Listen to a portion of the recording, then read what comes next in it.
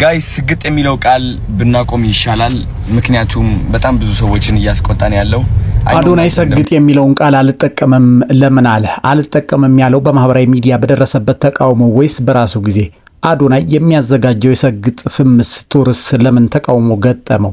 እነማንስ ተቃወሙት? እነማንስ ደገፉት? የሚለውን አብራችሁን ስትቆዩ አንድ ባንድ እናስደምጣችኋለን። ከናንተ የሚጠበቀው መረጃውን ላይክ በማድረግ መጀመርና ለቻናሉ አዲስ የሆናችሁ ደግሞ ሰብስክራይብ በማድረግ ቤተሰብ መሆን ብቻ ነው። እንግዲህ አዶናይ ሰግጥ ፈምስ በሚል ወደ ቲክቶክ ከመጣ በኋላ በርካታ ሰዎች ተቀብለውት እንደነበር ይታወቃል። ቀላል የማይባሉ ሰዎች የሐሳቡ ተጋሪዎችም ነበሩ።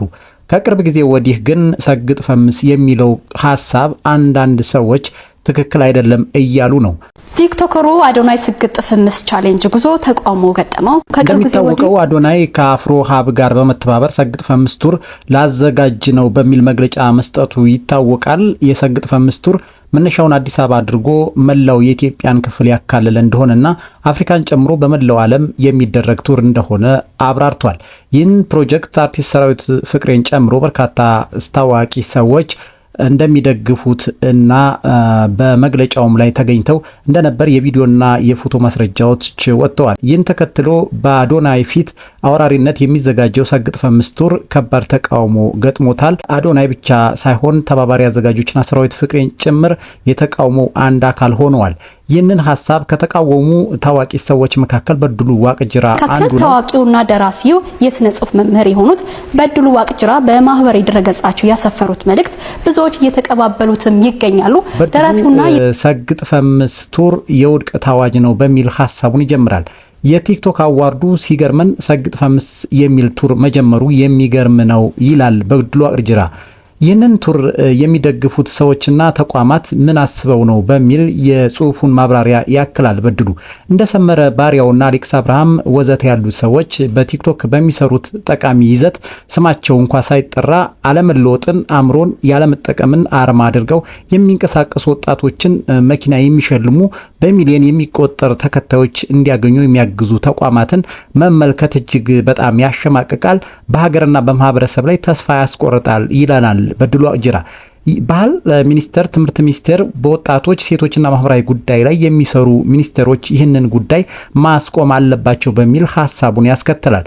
ከዚህ በተጨማሪ በሃይማኖት ስም፣ በአነቃቂ ንግግር ስም በይፋዊ ማህበራዊ እሴቶቻችን የሚቀርቡና የዘቀጡ ለማጭበርበር የቀረቡ ይዘቶች በማቅረብ በህዝቡ በተለይ ባልተማረው ማህበረሰብ ስነልቦና ላይ የሚጫወቱ የማህበራዊ ሚዲያ ይዘት አቅራቢዎች ላይ ህጋዊና ተገቢ እርምጃ ሊወሰድ ይገባል በሚል ሐሳቡን ይቋጫል። ከዚህ በተጨማሪ ደግሞ ፍቅር ይበልጣል የምትባል ዩቲዩበር የሰግጥ ፈምስ ቱር ትክክል አይደለም፣ ለሀገርና ለልጆቻችን ተቀጣይነት እጣ ፈንታ ችግር የሚፈጥር ፕሮጀክት ነው በሚል እንደሚከተለው ሐሳቧን አጋርታለች። ነውር በአደባባይ ሲነግስ ሲጨበጨብለት እየታየ እንዴት ዝም ይባላል? ኢግኖራንስን ፕሮሞት እየተደረገ አለማወቅ፣ ድድብና አለመመራ። በሌላ በኩል በማህበራዊ ሚዲያ ላይ በተለያዩ ጉዳዮች ላይ የተሰማውን ሐሳብ በምክንያት የሚሞግተው ዳይሰበን በሚል የዩቲዩብ ስሙ የሚታወቀው ግለሰብ ደግሞ የሰግጥ ፈምስ ቱር ትክክል አለመሆኑን በዚህ መንገድ አቅርቦታል።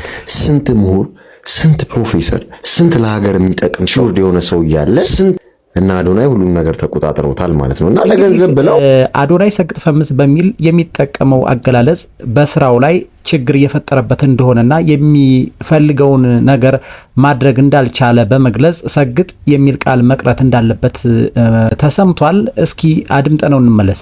ጋይስ ስግጥ የሚለው ቃል ብናቆም ይሻላል። ምክንያቱም በጣም ብዙ ሰዎችን እያስቆጣን ያለው እንግዲህ በርካታ ሰዎች አዶናይ ሰግጥ በሚል የሚያራምደው ሐሳብ ትክክል እንዳልሆነ በተከታታይነት ሐሳባቸውን ሲያራምዱ መቆየታቸው ይታወቃል። ከነዚህ ሰዎች መካከል ዳይሰበን አንዱ ነው። ዳይሰበን አዶናይ የሰጠውን ሐሳብ አድምጦ ስግጥ የሚለውን ቃል አልጠቀም በሚል የተሰጠውን ማብራሪያ ሊያስመሰግነው እንደሚገባ ሐሳቡን አጋርቷል። ይህንን ተከትሎ አዶናይ ባዘጋጀው የሰግጥ ፈምስ ቱር ላይ አጋርነታቸውን ካሳዩ ታዋቂ አርቲስቶች መካከል ሰራዊት ፍቅሬ አንዱ ነው። ሰራዊት ፍቅሬ ሰግጥ ፈምስ ቱርን በመደገፍ ለተነሳበት ተቃውሞ አንዳንድ ሰዎች ተቃውሞው ትክክል አይደለም፣ ከሰራዊት ፍቅሬ ላይ እጃችሁን አንሱ ያሉም አልጠፉም። አርቲስት ሰራዊት ፍቅሬ የኢትዮጵያ ፊልም ኢንዱስትሪ ንጉስ ነው። የማስታወቂያ ኢንዱስትሪውም ንጉሰ ነገስት ነው። የኢትዮጵያ አርቲስቶች ከፍታና ተምሳሌት ነው። አርቲስቱ በሬዲዮ ድራማ፣ በፊልም እና በቴሌቪዥን ማስታወቂያ መስኮች ከፍተኛ ሙያዊ ብቃቱን ያረጋገጠ ነው። በኢትዮጵያ የጥበብ ዓለም እጅግ የጠነከረ ቦታና የላቀ ክብር ያለው ግለሰብ ነው። በመላው ሕዝብ አንቱታንና ከበሬታን ያተረፈ ነው። ከዚህ ታሪካዊ በተግባር የተገነባ ልዕልና ማንም ዝቅ ሊያደርገው አይችልም። ይህ ልዕልናውና የክብር ከፍታው በጊዜ ሂደት የተገነባና የማይነቃነቅ መሰረት ያለው ነው። በኮፒ ፔስት ቀርቶ በማይሳይልም ማንም በቀላሉ ሊያወርደው፣ ሊያናውጠው፣ ሊያፈርሰው ወይም ዝቅ ሊያደርገው አይችልም። ስራዎቹ ጥራት ያላቸው ከመሆናቸውም በላይ በአድናቂዎች ልብ ውስጥ የሰረጹ የዘመኑ የኢትዮጵያ ጥበብ መለኪያ ሆነው የቆዩ ናቸው። በዚህ ሁሉ ሂደት ውስጥ የጥበብ ሰውን ክብርና የሙያ ስነ ምግባርን ሳይለይ በዘርፉ በቆየባቸው ዓመታት ሁሉ ለኢትዮጵያ ጥበብ እድገት የማይተካ አስተዋጽኦ አበርክቷል። የነሱ ስም ከኢትዮጵያ የጥበብ ታሪክ ጋር በጥብቅ የተቆራኘ ነው በሚል ድጋፋቸውን የሰጡት በርካቶች ናቸው። እንዳደመጥነው አዶናይ ሰግጥ ፍምስ ቱር በሚል የጀመረው የማህበራዊ ሚዲያ እንቅስቃሴ ከባድ ተቃውሞ ገጥሞታል። እንግዲህ ይህን ተቃውሞ ተከትሎ አዶናይ ቲክቶከር አዶናይም ሰዎች ለሰጡት ሀሳብ አስተያየት ይህ ትክክል ካልሆነ ልተወው እችላለሁ፣ ሰግጥ የሚለውን ቃል አንጠቀምም፣ ከዚህ በኋላ ይህን ቃል ባንጠቀመው ጥሩ ነው፣ ምክንያቱም እኔ የተጠቀምኩት ለጥሩ ነገር ነው፣ እናንተ ችግር አለው ብላችሁ ካሰባችሁ ይህንን ቃል ላለመጠቀም ቃል እገባለሁ በሚል ሀሳብ አስተያየቱን አጋርቷል።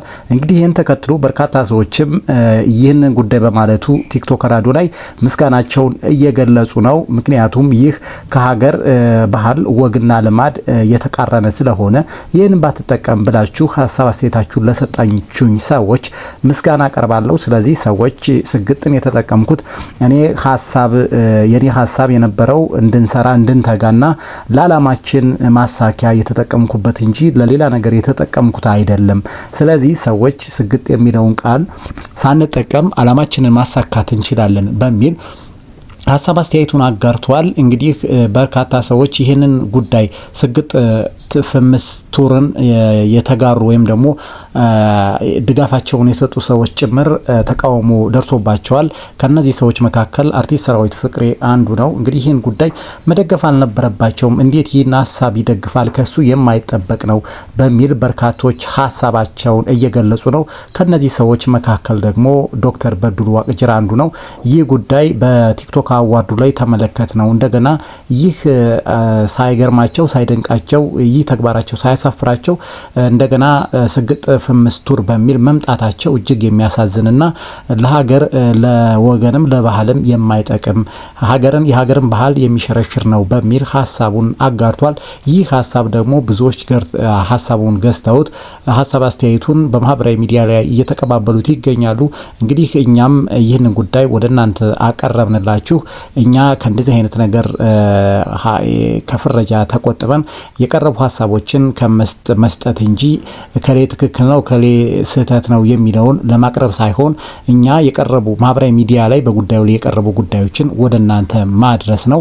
ስለዚህ እኛም ይህን ጉዳይ መነጋገሪያ የሆነን ጉዳይ ወደ እናንተ አድርሰናል።